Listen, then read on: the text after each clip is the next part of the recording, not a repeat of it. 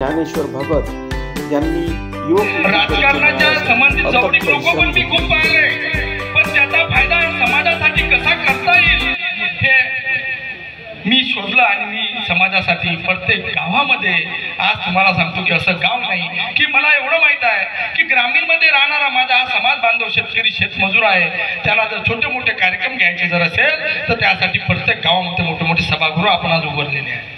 माझी तुम्हाला विनंती आहे की तुम्ही 1 ते 1.5 महिन्यांनी तुम्ही अमरावती सारख्या कारंजा सारख्या ठिकाणी 50-50, 60-60 1 लाख रुपये लग्नासाठी खर्च करतात।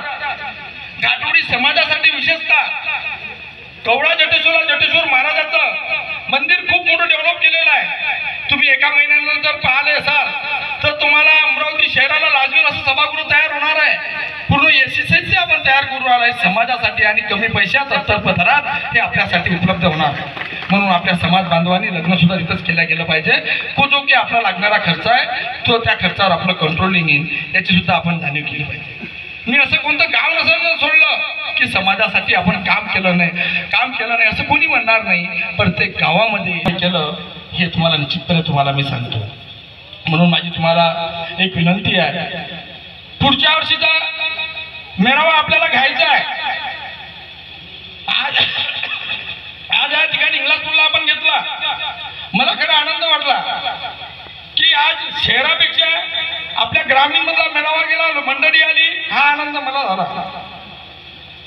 पण याही पेक्षा आपला समाजाचा मेळावा मोठा झाला पाहिजे यासाठी माझी तुम्हाला एक विनंती आहे।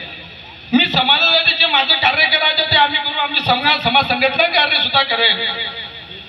फक्त तुम्हाला कार्यक्रमाला यायचं।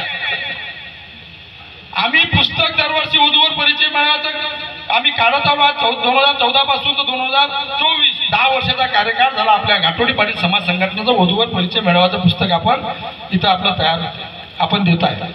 पुढच्या वर्षी आपल्याला घ्यायचं आहे, पण तुमची मला सर्वांची साथ लागणार आहे। मी कोणत्या राजकीय माणसाला कधी बोलावणार नाही, मला एकच माझं ध्येय आहे, हा समाजाचा कार्यक्रम आहे की पुढच्या वर्षी आपण मेळावा सुद्धा पण